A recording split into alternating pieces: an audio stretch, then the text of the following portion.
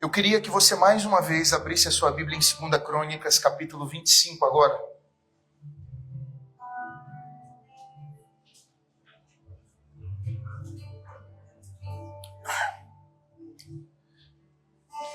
Abra sua Bíblia em 2 Crônicas, capítulo 25. Quero ler a partir do verso 5 até o 13. Diz assim a Escritura: Amazias congregou a Judá e pôs segundo as suas famílias sobre os chefes de 1000 e chefes de 100 por todo o Judá e Benjamim. Contou-os de 20 anos para cima e achou 300.000 escolhidos, capazes de sair à guerra e manejar a lança e o escudo. Também tomou de Israel 100.000 homens valentes, por 100 talentos de prata. Porém, certo homem de Deus veio a ele dizendo: Ó rei, não deixes ir contigo o exército de Israel, porque o Senhor não é com Israel, isto é, com os filhos de Efraim.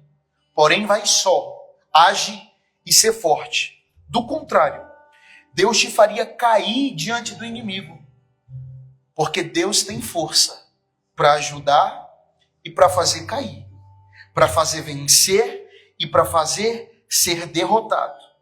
Disse Amazias ao homem de Deus: O que se fará, pois, dos 100 talentos de prata que dei às tropas de Israel? Respondeu-lhe o homem de Deus: Muito mais do que isso pode dar-te o Senhor. Escuta. Muito mais do que isto pode te dar o Senhor. Então separou Amazias as tropas que lhe tinham vindo de Efraim para que voltassem para casa, pelo que muito se acendeu a ira deles contra Judá, e voltaram para casa ardendo em ira. Só até aí. Amém. Estenda suas mãos para cá. Senhor, nós rogamos, pedimos ao Teu Espírito, caia sobre nós com o espírito de sabedoria e de revelação. Nós clamamos para que essa noite não seja uma noite de informações ou apenas instrução, mas que o Teu Espírito possa selar essas palavras com fogo ardente dentro da nossa mente e do nosso coração. Em nome de Jesus. Quantos creem, diga glória a Deus. Aplauda bem forte o Senhor. Aleluia. E nós lemos aqui a história de um rei chamado Amazias, rei em Judá. E Israel estava dividido nessa época entre reino do norte e reino do sul. Israel e Judá, eles estavam em conflitos. Se você for ler o livro de 1ª e 2ª Reis, isso vai estar tão explicitamente ali. E o rei Amazias, um dia, ele entra em uma guerra e ele se vê pressionado, porque agora ele estava diante de uma guerra. E nós, queridos, precisamos ter cuidado, porque nós costumamos cometer erros em dias de pressão. E essa guerra fazia pressão no coração daquele homem, no coração daquele rei. E é interessante que, se você parar, irmãos, para ver o contexto, a gente está vivendo e vendo de forma tão triste o conflito entre Irã e Israel.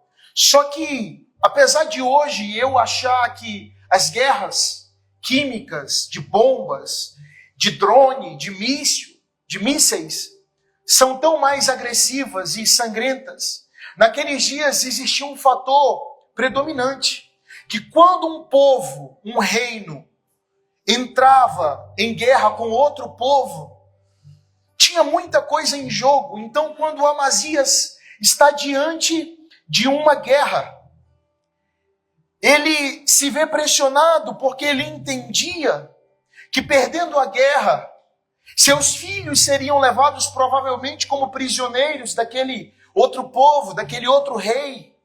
Suas mulheres possivelmente seriam estupradas, violentadas.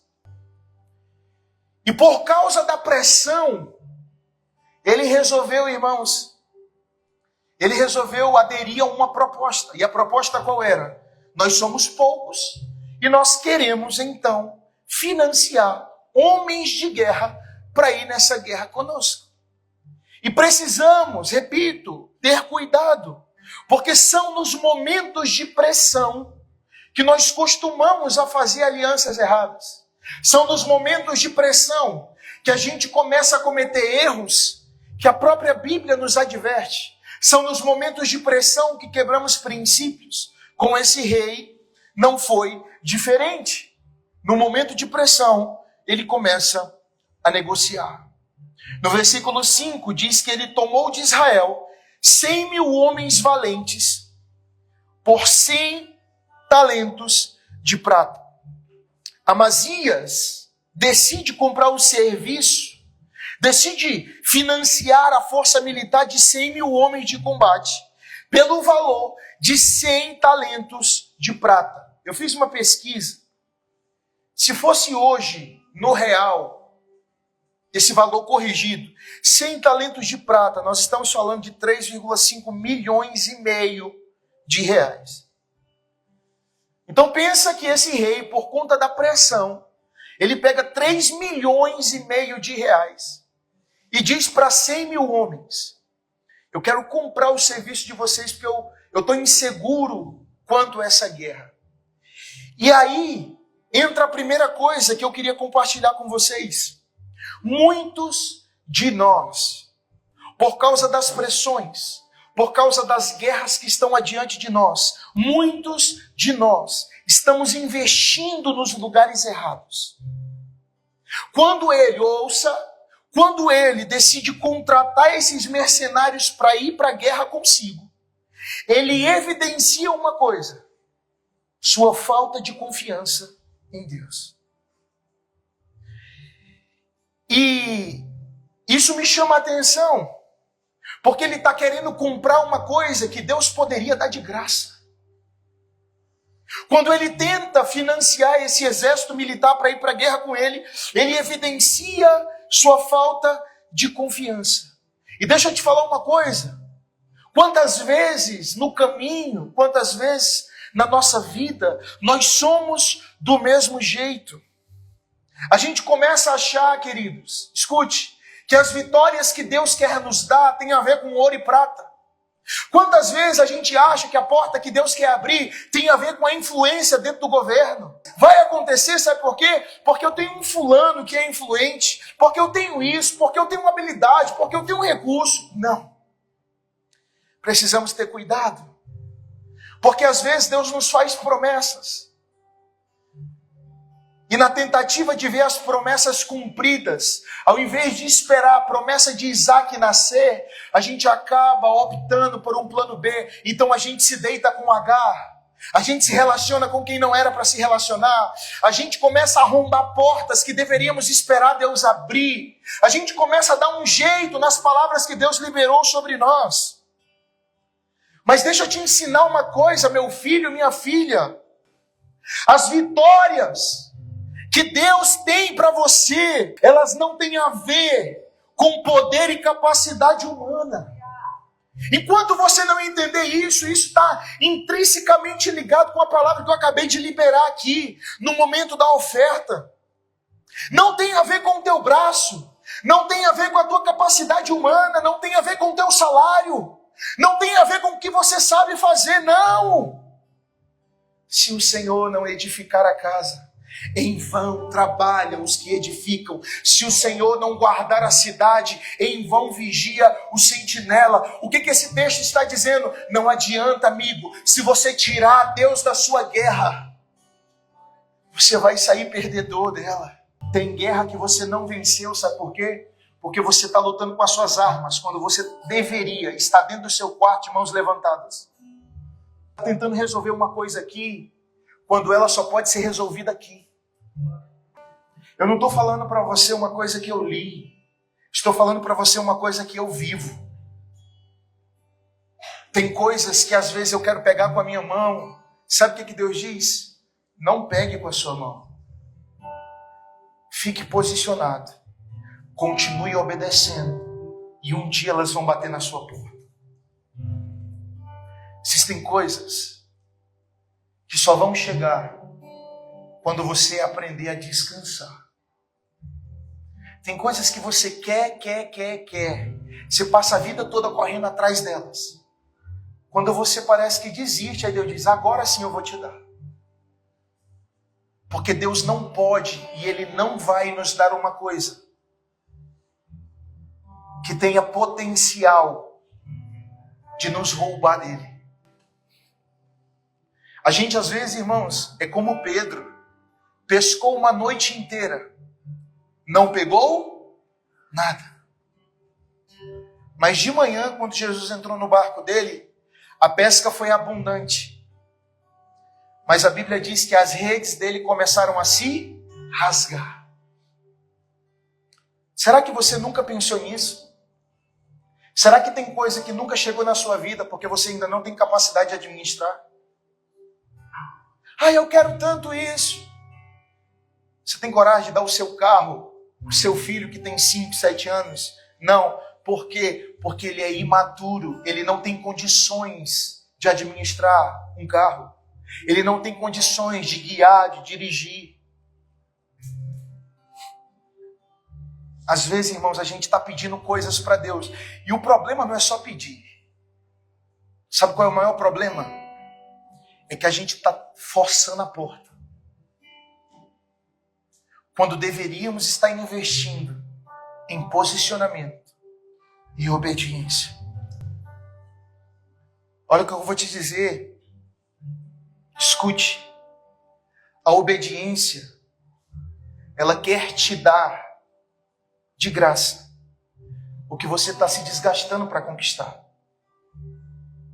Agora, se você vai crer ou não vai crer, já não é um problema meu. Se você quiser, continua nessa mesma correria. Se você quiser, você pode continuar nessa mesma ambição egoísta do teu coração. Às vezes a família vai ficando para trás. Deus já ficou para trás há muito tempo. As coisas de valor vão ficando para trás porque você está obstinado pelas coisas que têm preço.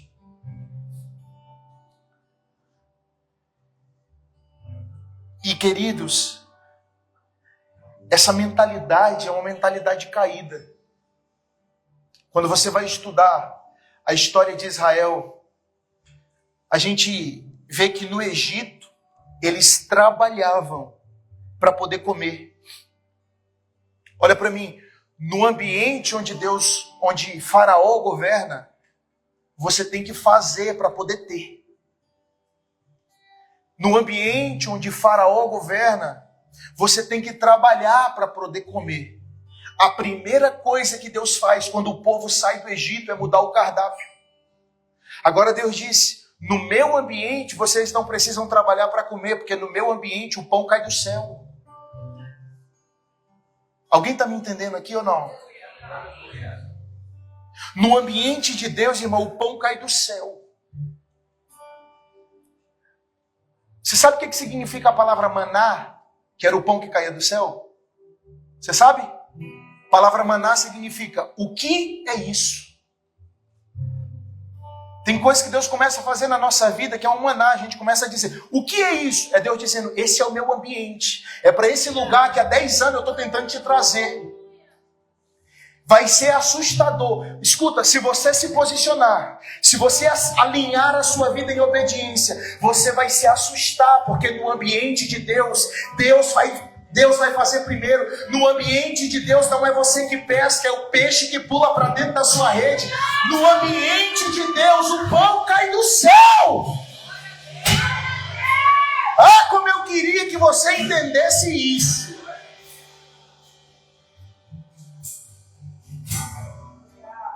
E se prepare, irmão, que se tu não entender e congregar aqui, você vai ter um problema.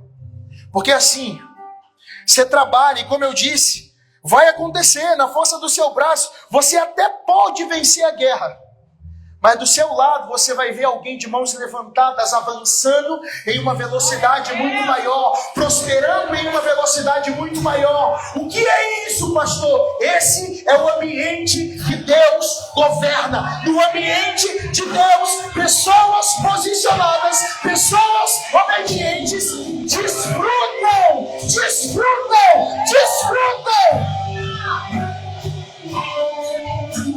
Só quem vai desfrutar do ambiente de Deus nos próximos dias, diga pastor, bem alto, diga pastor, essa palavra é comigo, eu vou posicionar a minha vida, eu vou alinhar a minha vida, o maná vai cair do céu.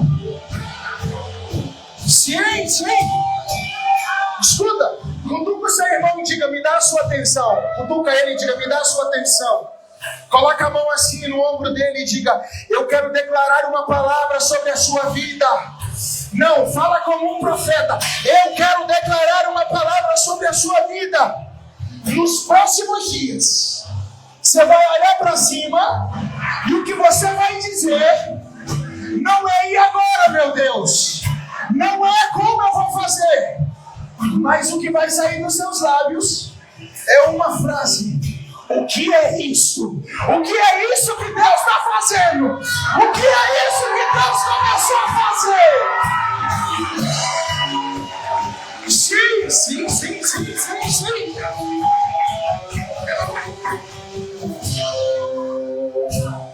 O que é isso? Escuta, imagina o povo acordando de manhã, irmãos, e está chovendo pão. A Bíblia diz que a relva ficou coberta. Era como um bolo de mel, diz a palavra. E assustou. Sabe por que assustou? Porque a consciência deles estava presa em uma mentalidade. Para poder comer eu tenho que trabalhar. Mas agora eles só fizeram uma coisa. Eles foram para o deserto fazer o que, pastor? Adorar a Deus. Adorar a Deus. E quando você adora a Deus, o pão que você passou uma vida toda pagando, procurando, ele começa a cair na sua vida. Escuta o que eu vou te dizer.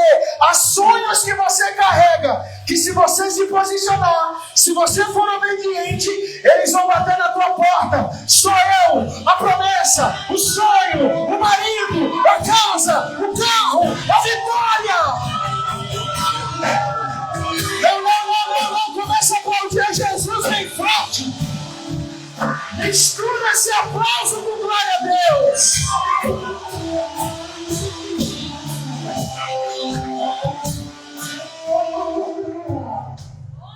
Escuta, o obediente não tem um caderno. O obediente não tem uma lista do que quer viver. Sabe por quê? Porque o obediente vive o que nem planejou. Não, eu vou te falar de novo. Sabe quem é que tem lista? É quem não tem pai. Sabe quem é que tem lista? É quem não conhece a Deus. Quem conhece a Deus, sabe o que acontece? Não planeja, porque começa a viver o que não planejou. O Espírito Santo acabou de falar isso comigo, Nixon. Se você rasgar a sua lista, eu vou te fazer viver o que você nem anotou. Se você confiar em mim e se posicionar, eu vou te dar uma vida que você nunca imaginou ter. Ai, ai, ai, ai, ai, ai, ai, ai, ai.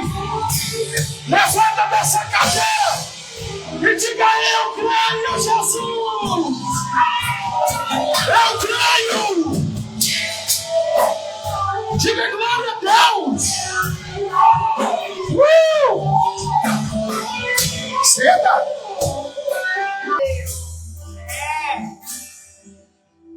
Fala pro teu vizinho, não estou nem planejando. Mas se tu começar a ver Deus fazer coisa na minha vida e teu queixo cair, não fica com inveja não. Vem para oração 5 da manhã. Se posiciona, obedece. Se posiciona, obedece. Só isso.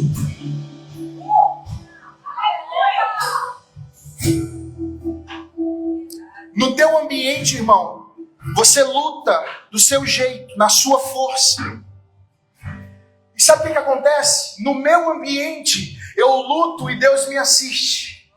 No ambiente de Deus, Deus luta e eu vou assistir. É por isso que a gente cantou que muralhas vão cair.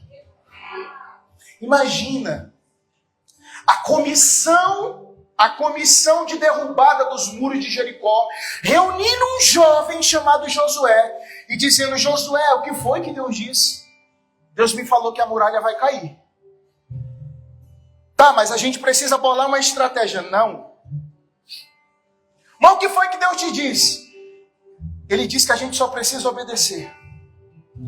A gente precisa dar 7 voltas. E no 7º dia a gente dá mais 6 voltas. E na última volta, Deus falou para a gente gritar. Deixa eu te falar. Uma mente carnal que não conhece a Deus vai dizer: vixe, tá louco? Como assim? A gente precisa fazer uma estratégia. A gente precisa... Não. A gente só precisa obedecer. A gente só precisa se posicionar.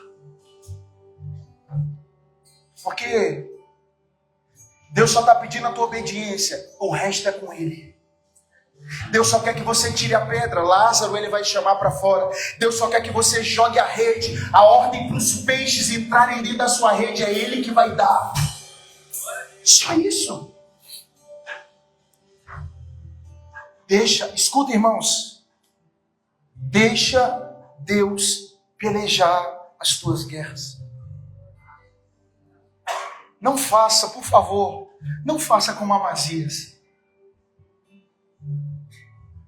Eu vou financiar. Porque quando você tenta fazer na força do seu braço, você evidencia a sua falta de confiança. Agora, Amazias é um exemplo do que não fazer. Volta 5 capítulos, por favor, e abra sua Bíblia. Em 2 Crônicas, capítulo 20. Depois disso, os moabitas e os amonitas, com alguns meunitas, entraram em guerra contra Josafá. Segunda guerra, segundo rei. Então informaram a Josafá: um exército enorme vem contra ti de Edom, do outro lado do Mar Morto. Já está em Hazazon, isto é, em Gedi. Olha para mim. Alarmado. Não esqueça essa palavra. Alarmado. Josafá decidiu consultar o Senhor. E proclamou um jejum em todo o reino de Judá. Reuniu-se, pois, o povo que vinha de todas as cidades de Judá para buscar a ajuda do Senhor. Informaram Josafá: isso é uma má notícia. E disseram: Josafá, um exército vem contra ti. É a mesma pressão que o rei Amazias viveu. É um exército inimigo, não só um. 3 povos se reuniram para lutar contra Josafá. E ele sabia a mesma coisa que Amazias sabia: se eu perder essa guerra, meus filhos serão levados escravos. Nossas mulheres serão violentadas e o nosso povo vai ser escravo em uma terra estrangeira. E ele está da mesma forma que Amazias, pressionado, no meio de uma guerra, sabendo dos riscos que corria se perdesse aquela guerra, mas ao invés de procurar 100.000 homens para dizer: me ajudem na guerra, ele disse: eu conheço um que é conhecido na Bíblia como Jeová Sabaote, o Deus de todas as batalhas. E sabe o que Josafá diz? Eu vou pelo caminho mais fácil, não vou financiar exército militar de ninguém. A Bíblia diz que, alarmado, Josafá decidiu consultar o Senhor. Aí a Bíblia diz que então ele orou, jejuou, proclamou um jejum e reuniu todo o seu povo para buscar o Senhor. Estava alarmado, sim ou não? Estava com medo, sim ou não?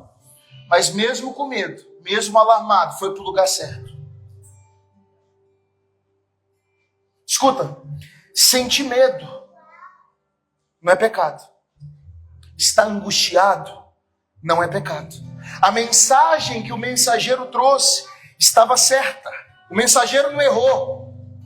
O perigo era iminente. Mas no meio de tudo isso, ele decidiu buscar a ajuda do Senhor.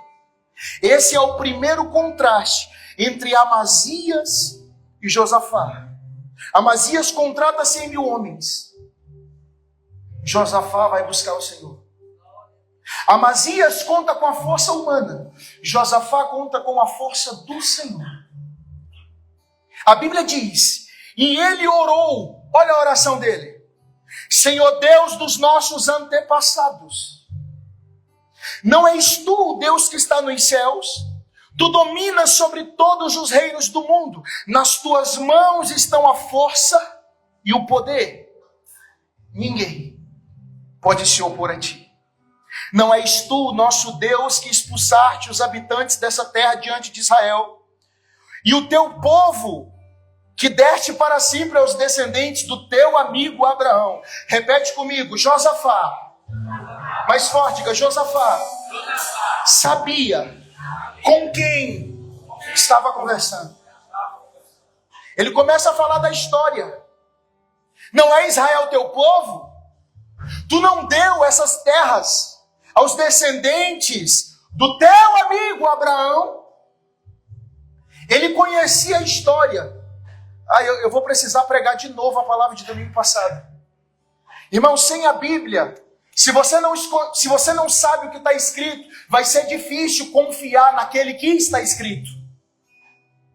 Porque quando Josafá ora, ele sabe que com quem ele está falando já abriu o mar, já afogou os exércitos de Faraó no meio do mar. Ele sabe que Deus é um Deus invencível de guerras. É o Deus do seu antepassado Davi. E a primeira coisa que acontece, em contraste, é que ele decide buscar o Senhor. E em sua oração, me ouça, Josafá. A oração de Josafá é uma oração de reconhecimento. Ele ora sabendo o que Deus fez, mas ele ora sabendo o que Deus é capaz de fazer. É sobre essa mentalidade que eu falei aqui no momento da oferta. Você precisa orar reconhecendo a capacidade do que Deus pode fazer. Porque tem coisas que ninguém nessa terra vai poder fazer, só Ele vai poder fazer por você. Ele diz, nosso Deus, tu não irás julgá-los? Pois não temos força para enfrentar esse exército imenso que vem nos atacar. Nós não sabemos o que fazer, mas os nossos olhos se voltam para ti. Ele diz, nós não temos força, não sabemos o que fazer, mas sabemos onde devemos estar. Quando você não souber o que fazer, você precisa saber onde você tem que estar. Ele reconhece não apenas quem Deus é, mas entra aqui um segredo, irmãos, para a vida. Ele reconhece quem Deus é, mas agora, na mesma oração, ele começa a reconhecer quem Ele é. E ele diz, Deus, sabe por que eu estou aqui? Porque eu não sei o que fazer. Nós não temos força para enfrentar esse exército, essa guerra. Mas de uma coisa eu sei, os nossos olhos estão voltados para ti. O que ele sabia? Eu sei que quando Josué olhou para ti, o Senhor parou o sol. Eu sei que quando Moisés olhou para ti, o Senhor abriu o mar. Eu sei que quando o povo olhou para ti, o Senhor tirou a água da rocha. É isso que ele está dizendo. Ah, meu irmão, escuta. Josafá não reconhece só o que Deus é, mas ele reconhece a sua incapacidade. E quantas vezes, irmãos, escuta, a gente está perdido, mas a gente vive como alguém que sabe o que fazer. Quantas vezes a gente está destruído, mas a gente aparenta para as pessoas que está tudo bem. E só o nosso coração e a nossa consciência sabe que nós estamos perdidos, sem força e não sabemos o que fazer. Um dia Deus falou uma coisa para mim: Nixon, seja um homem de Deus, mas seja primeiro o homem. Como assim, Deus? Seja vulnerável. Quando você não souber o que fazer, diga que não sabe o que fazer. Quando você não tiver força, não venha para o púlpito dar uma de super-herói. Sabe por quê? Porque o super-herói vai passar pelo dia mal só. Porque todo mundo acha que ele pode resolver.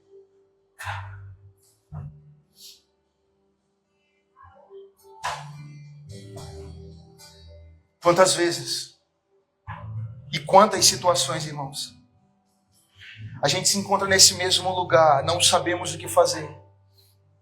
Mas uma coisa que eu tenho entendido no Senhor: quando eu não sei o que fazer, eu sei para quem eu devo ir. Quando eu não sei o que fazer, eu preciso saber onde eu tenho que estar.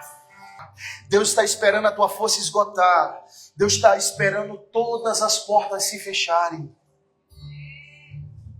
Quando Deus fecha todas as portas, sabe o que significa? Ele quer ser a única saída para você. Quando todas as portas na terra se fecharem, levanta os teus olhos, porque sempre vai ter uma porta aberta na eternidade. Sempre vai ter uma porta aberta na eternidade. Escuta! Quando tudo aqui embaixo estiver dando errado, é Deus te convidando: olha para cá, pede a minha ajuda, eu sou com você, eu estou esperando tua força esgotar. Aleluia!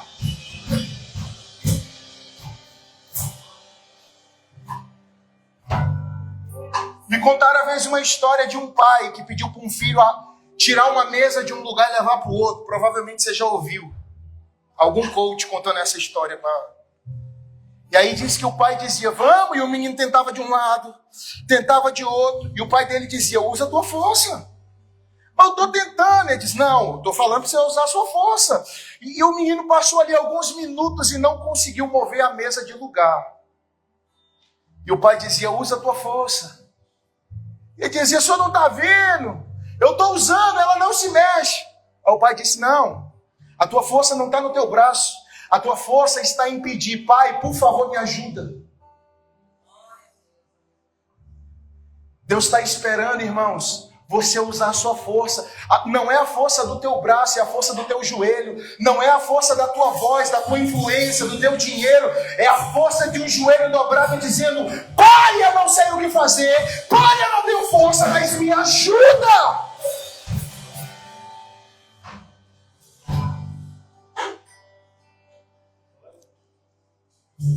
Josafá era o mesmo rei.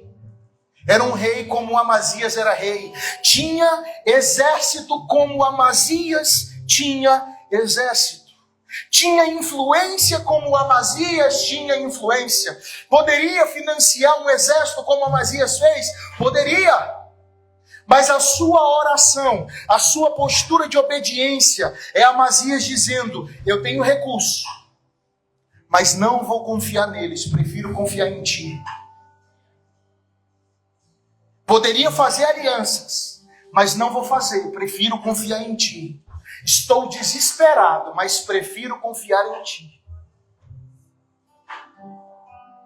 Eu conheço gente, irmão, que diz: ah, pastor, minha vida está uma bênção. O deputado, o fulano, fez isso, fez aquilo, vai fazer. Irmão, se você acha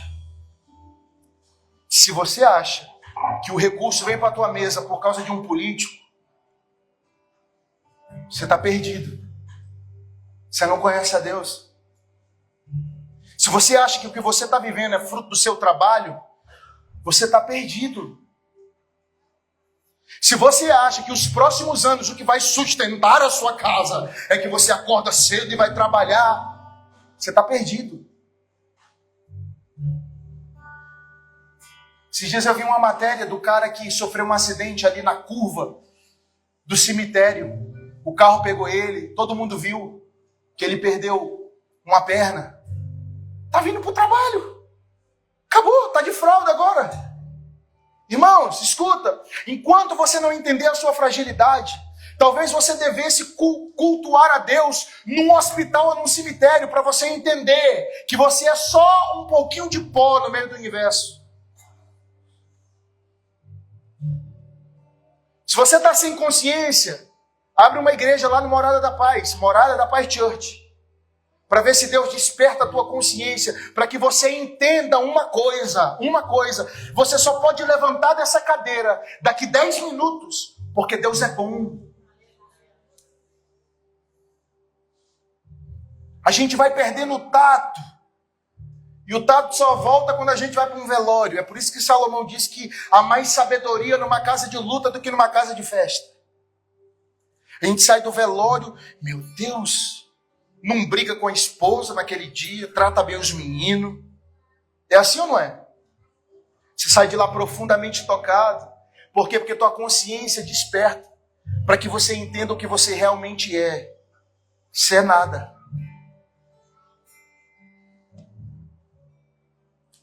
Spurgeon diz que a humanidade, sabe o que é a humanidade? Ela é como um dente de leite na mão de Deus. Você pode respirar e ter fôlego nos seus pulmões, porque Deus é bom, cara. Você vai sair por essas portas, você vai para sua casa com a sua família, porque Deus é bom. E às vezes você está aí angustiado, depressivo, querendo morrer, minha vida acabou. Não. Olha para cima. Fala para Deus, eu não tenho força. Eu não sei o que fazer, mas os meus olhos se voltam para Ti. O que vence a guerra, ouça, o que vence a guerra não é estratégia, não é influência, não é dinheiro. É reconhecer que há coisas, olha para mim, que só Deus pode fazer, mais ninguém. Sabe quando que você vai começar a ter vitória na sua vida? Quando você priorizar o reino de Deus e a sua justiça. Sabe quando é que você vai ter vitórias na sua vida? É quando você amar mais a Deus do que ama dinheiro e coisas. Sabe quando que você vai ter vitória na sua vida? É quando você confiar mais no que a Bíblia diz do que no que aquilo que você acha. O pastor está falando isso aí, mas amanhã o boleto bate na minha porta. Continua vivendo nesse ambiente de tripá-los. Você vai ser torturado e um dia você vai olhar para o espelho e você vai estar cheio de rugas e ainda cheio de desejos. Cheio de coisas incompletas no coração e na vida. Eu não lembro quem fala essa frase, mas diz que a humanidade se sustenta em 2 tipos de filosofia de vida. A primeira, a humanidade se sustenta em um ponto. A vida humana parece que é sobre a ânsia de ter coisas. E a segunda, pastor, o filósofo diz que a humanidade se sustenta na ânsia de ter coisas. Aí depois, ela entra na fase do tédio de possuir. Tem gente, ou quase todo mundo que está aqui é assim. Inclusive eu. Ai, eu quero tanto essa xícara. Se Deus me der essa xícara, nunca mais eu vou servir a Deus. Quando a gente não tem casa, é assim. Quando a gente não casou, é assim. Se Deus me der uma família, Deus deu a família. Se Deus me der isso, aí a gente quer, mas a gente entra no tédio de possuir. Porque o mundo e o diabo nos convida todo dia a uma vida de ingratidão. A uma vida de achar que tudo que temos e conseguimos é fruto da nossa força, do nosso trabalho, e não é. Você precisa, irmãos, sair daqui essa noite reconhecendo que há coisas que só Deus pode fazer e mais ninguém.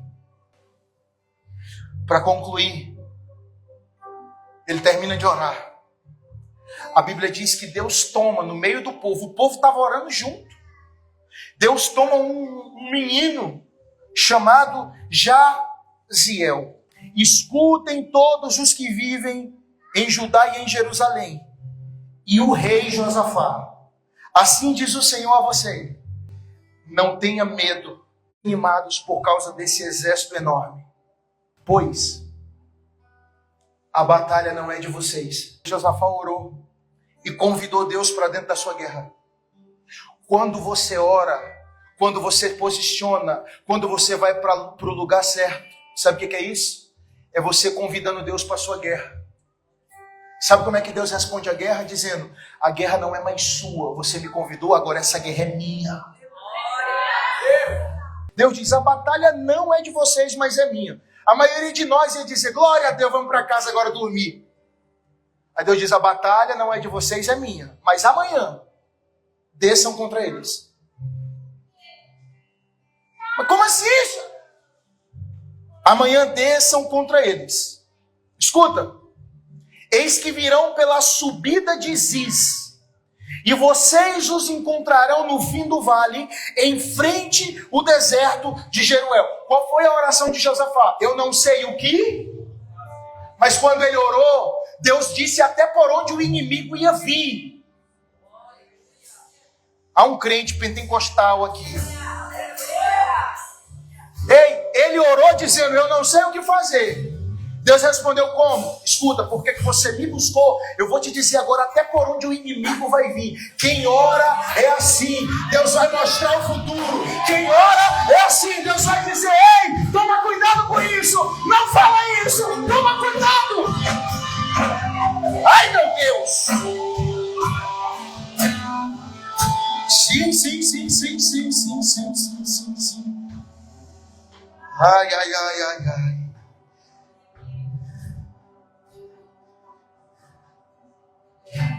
Aí Deus diz: eles vão vir por aqui, vocês vão encontrar ele ali.